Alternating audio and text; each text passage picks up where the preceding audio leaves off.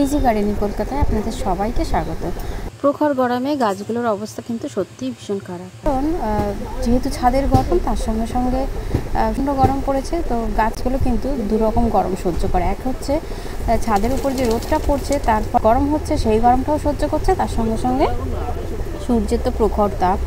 তো তারপরেও কিন্তু ছাদ বাগান ফুলে ফুলে কিন্তু আলো হয়ে আছে। তো এই গরমে ছাদ বাগানে আপনারা কী কী ফুল গাছ তৈরি করবেন আর কী কী সবজি গাছ তৈরি করবেন সেটাই কিন্তু আজকের ভিডিওতে আমি আপনাদের সঙ্গে শেয়ার করব। বাগানে এই মুহূর্তে যেই ফুলগুলো ফুটে আছে সেই ফুল গাছগুলো কিন্তু আপনারা ছাদ বাগানে কিন্তু এই প্রখর গরমেও অনায়াসে তৈরি করতে পারেন। তো প্রথমে চলে আসে কিন্তু নয়নতারা, তারপর ছাদ বাগানে আছে পর্তুলিকা। এই দেখুন পর্তুলিকা। তো এই পর্তুলিকা কিন্তু এই সময় থেকে ফুল ফুটতে শুরু করবে আর সারা বর্ষা সে শীত আসা পর্যন্ত কিন্তু পর্তুলিকা ফুল হতেই থাকবে।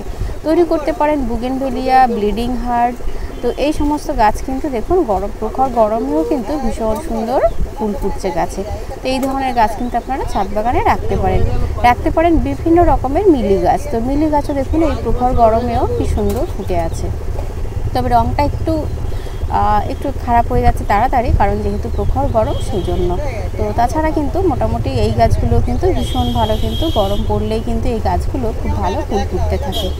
আর তৈরি করতে পারেন বিভিন্ন রকমের জবা ফুলের গাছ। জবা ফুল কিন্তু গরমের গাছ, আপনারা কিন্তু ছাদ বাগানে যে কোনো জবা কিন্তু আপনারা ছাদ বাগানে তৈরি করতে পারেন এই গরমের সময়। আরেকটি গাছ সেটা হচ্ছে অ্যাডিনিয়ামও কিন্তু আপনারা এই প্রখর গরমে কিন্তু, যেহেতু এইসব গাছে জল কম লাগে এবং ছাদ বাগানে কিন্তু খুব সুন্দরভাবে ফুটতে থাকে, এর যত্নও খুবই কম লাগে, জল কম লাগে, যত্ন কম লাগে। আর রোগ পোকা কিন্তু লাস্ট 2 বছর ধরে আমার ছাদ বাগানে অ্যাডিনিয়াম আছে, এর কিন্তু কোনো রকম রোগ পোকা কিন্তু এখনও পর্যন্ত আমি কিছুই দেখতে পাইনি। আর ভীষণ সুন্দর ফুলগুলো হয়, ফুলটা ফুটলে কিন্তু বেশ কয়েকদিন থাকে। আর ছাদ বাগানে আরেকটি নতুন জিনিসের সৃষ্টি আমার ছাদ বাগানে, সেটা হচ্ছে দেখুন বুগেনভিলিয়ার ফুলটা ছিল একদম সাদা রঙের। তো একটা সাদা ফুলের গাছ আর তার পাশে একটা পিঙ্ক রঙের বুগেনভিলিয়া ছিল।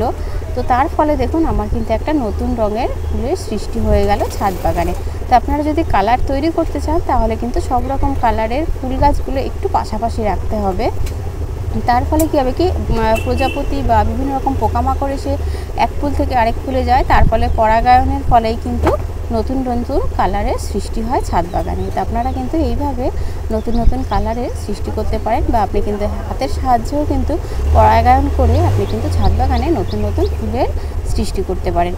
আরেকটি সহজ গাছ সেটা হচ্ছে দেখুন মিলি গাছ। তো এই মিলি গাছেরও বিভিন্ন রকম ভ্যারাইটি আছে, বিভিন্ন রকম কালার আছে, আপনারা কিন্তু তৈরি করতে পারেন, জল খুব কম লাগে।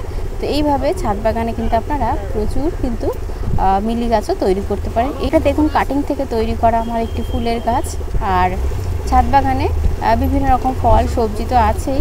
তো এই প্রখর গরমে গাছকে একটু আরাম দিতে আমাদেরকে কিন্তু অবশ্যই গাছগুলোকে দিনে 2 থেকে 3 বার কিন্তু স্নান করাতে হবে। আমি কিন্তু একদম সকালবেলার দিকে এসে একবার স্নান করাই, তারপর পারলে কিন্তু আবার একটু বেলা 12টার দিকে এসে স্নান করাই, আর বিকেলবেলা বাড়িতে থাকলে অবশ্যই গাছকে স্নান করাই। আর এখানে ছিল আমার জামরুল গাছ। তো জামরুল গাছে দেখুন একটাই জামরুল ধরেছে এবং ডালটা টানতে ছিঁড়ে পড়ে গেল। তো প্রথম বছর গাছে ফুল এসছে, একটাই জামরুল ধরেছে, এছাড়াও কিন্তু গাছে ছোট ছোট ফুল আছে, মানে ছোট ছোট জামরুল হয়ে আছে। জানি না এই প্রখর গরমে জামরুলগুলো থাকবে কিনা। ছাদ বাগানে কি সুন্দর দেখুন গাঁদা ফুলের গাছ হচ্ছে। আপনারা চাইলে কিন্তু গরমের যে সমস্ত গাঁদা ফুলগুলো হয় সেগুলো কিন্তু ছাদ বাগানে তৈরি করতে পারেন।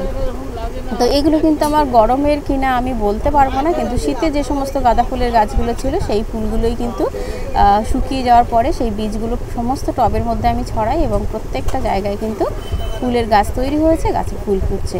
তৈরি করতে পারেন এবারে গরমের মধ্যে প্রচুর পরিমাণে সবজি তৈরি করুন। উচ্ছে গাছ, শশা গাছ, তারপর কুমড়ো গাছ, লাউ গাছ, এগুলো কিন্তু ঢ্যাঁড়স গাছ, এগুলো কিন্তু এই প্রখর গরমেও ভীষণ ভালো হয়। দেখুন এখানে ঢ্যাঁড়স গাছে ঢ্যাঁড়স ধরতে শুরু করেছে। বিভিন্ন রকম নোটে শাক, দেখুন বিভিন্ন রকম শাক, আমার 3-4 রকমের শাক কিন্তু আমার ছাদ বাগানে আছে, যেগুলো কিন্তু খুব সহজে হয়। কারণ গরমে বিভিন্ন রকম অন্যান্য সবজি গাছ কিন্তু তৈরি করতে চাইলে কিন্তু এই সময় কিন্তু অতটাও ভালো হবে না, কারণ যেহেতু প্রখর গরম ছাদে। তো সেই জন্য আমাদেরকে সবসময় চেষ্টা করতে হবে অল্প খরচায় কোন কোন গাছগুলো খুব সহজে হয় এবং যেই গাছগুলো খুব বেশি দিন টাইম লাগে না। তো আমরা যদি ছাদ বাগানে প্রচুর পরিমাণে শাকের গাছ তৈরি করি সেক্ষেত্রে কিন্তু আমাদের সেরকম কোনো খরচাই হয় না। একটা গাছ রেখে দিলে তার মধ্যে বীজ তৈরি হয়ে যাবে, সেই বীজগুলোই কিন্তু আপনি বারবার যেখানেই আপনি বীজগুলো ছড়াবেন সেখানেই কিন্তু নতুন নতুন কিন্তু প্রচুর গাছ তৈরি হয়ে যাবে। ছাদ বাগানে আমার আছে এখানে উচ্ছে গাছ আছে, কিন্তু ধুধুল গাছ, তো এরকমভাবে কিন্তু খুব সহজ সহজ গাছ দিয়ে কিন্তু আমি আমার ছাদ বাগানে বিভিন্ন রকম শাকসবজির গাছ আমি তৈরি করি, যেগুলো খুব সহজেই হয়। তো আপনারাও চাইলে কিন্তু এই প্রখর গরমে তৈরি করতে পারেন বিভিন্ন রকম লতানো গাছ, শাকের গাছ, যেমন পুঁই শাক গাছ থাকে, কুমড়ো শাক, লাউ শাক, যেগুলো আমি আপনাদেরকে বললাম। তো এছাড়া লাল শাক, তারপর নোটে শাক, কলমি শাক, এগুলো কিন্তু খুব সহজে তৈরি হয়। আমার ছাদ বাগানে কিন্তু বিভিন্ন রকমের শাকের গাছ আছে, সেগুলো কিন্তু আমার ছাদ বাগানে আমি সবসময় তৈরি করতে থাকি। তো এইভাবে ছাদ বাগানে কিন্তু এই গরমের সময় যাতে কম পরিশ্রম করে গাছ তৈরি করা যায় সেই ধরনের গাছ কিন্তু আমাদেরকে তৈরি করতে হবে।